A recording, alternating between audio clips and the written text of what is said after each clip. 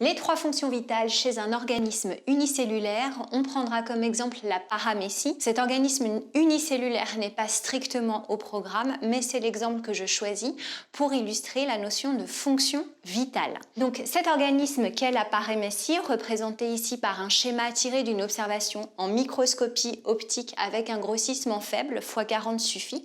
En effet, cet organisme fait d'une seule cellule, d'où le terme unicellulaire, mesure 100 à 300 micromètres, donc c'est un organisme unicellulaire assez conséquent.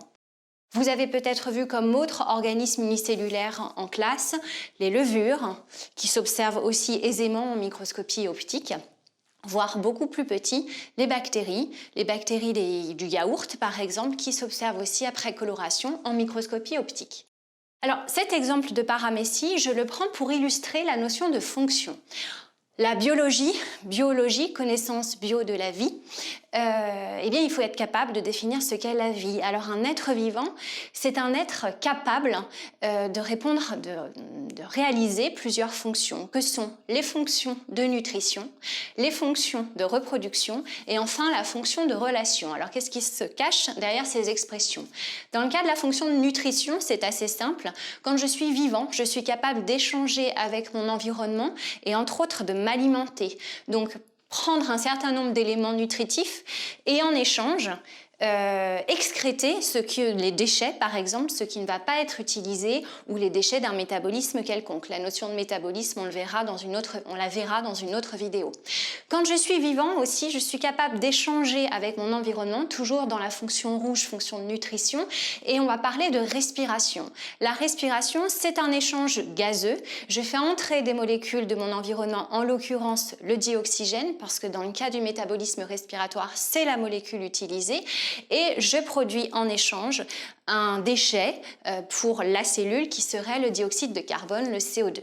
Quand je suis vivant en termes de nutrition, donc je viens d'expliquer l'excrétion, c'est très important de pouvoir rejeter les déchets métaboliques.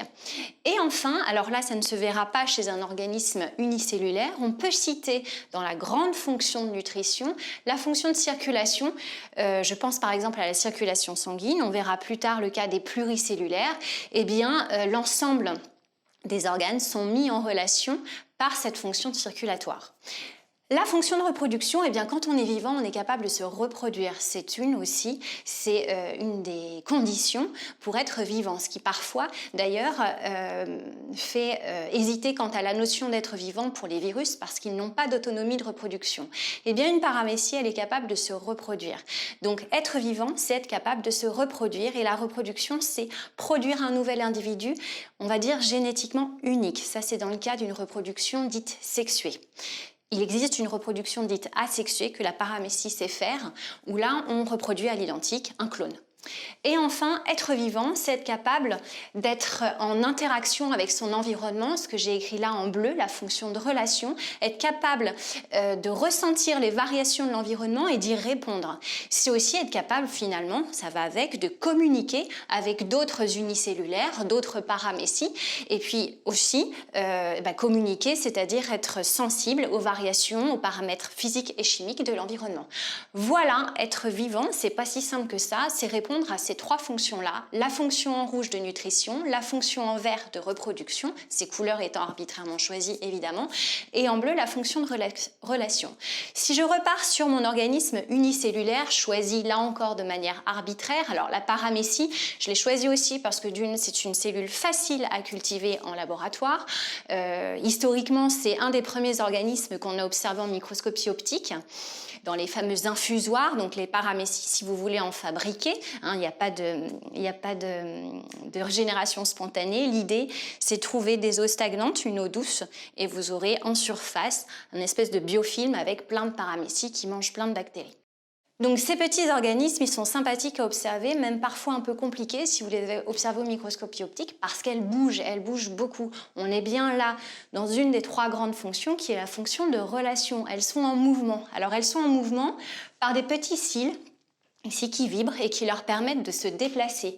Parfois elles vont changer brusquement d'orientation On va alors observer une vibration, une activation de ces cils-là, qu'on appelle les cils caudaux, hein, comme s'il y avait une queue. On peut orienter cet organisme, une fois encore, fait d'une seule cellule. C'est assez intéressant de voir l'organisation, l'ultrastructure de cette cellule. Elle bouge et elle se défend aussi. En fait, votre paramécie, dans la partie cytoplasmique, il y a des petites structures qui ne sont pas au programme, là c'est vraiment à titre d'exemple, qui s'appellent des trichocystes et qu'elle peut dévaginer lorsqu'elle a besoin de se défendre. Donc là encore, c'est un organisme assez intéressant puisqu'on a plusieurs exemples de fonctions de relation. Une paramécie, c'est capable de manger, donc on est dans la fonction de nutrition, plus précisément dans la fonction d'alimentation. Et alors comment mange-t-elle? Alors il y a une petite forme, une sorte d'invagination, on parle de bouche par exemple, de vestibule, avec à son ouverture des petits cils oraux qui vont lui permettre d'acheminer des bactéries qui se retrouveraient sur son passage. Elles vont ensuite être digérées progressivement au niveau d'un espèce d'estomac qui s'appelle le gastriole. Là encore, ce terme n'est absolument pas à retenir. Ce que vous pouvez juste retenir, c'est qu'une paramécie, ça mange. Voilà. Et qu'il y a une ultrastructure à l'intérieur de la cellule adaptée à cette fonction de nutrition. Qu'est-ce qu'on peut encore illustrer toujours dans cette fonction de nutrition? Cette paramécie, elle vit dans un milieu d'eau douce. Donc la concentration en éléments dans ce milieu-là, elle est plus faible qu'à l'intérieur de la paramécie. Elle a tendance à se remplir d'eau, on appelle ça l'osmose. Pour éviter qu'elle éclate, sans finalisme, elle est pourvue d'organites ici, organites, on verra ça dans une autre vidéo, qu'on appelle des vacuoles, et ces vacuoles, elles ont une capacité à se contracter, à rejeter l'eau pour permettre à cette cellule d'être en équilibre avec son environnement. Et donc, pour terminer, eh bien, cette paramécie, elle a aussi une fonction de reproduction. Elle est assez originale d'un point de vue nucléaire signifiant noyau. Elle est dotée d'un gros noyau qui s'appelle le macronucléus. Lui, il gère en gros les fonctions vitales, il code pour les gènes des fonctions de relation, de nutrition. Et puis, il y a un petit noyau qu'on appelle le micronucléus. Et lui, il intervient dans l'échange génétique, donc dans la reproduction au sens strict sexué.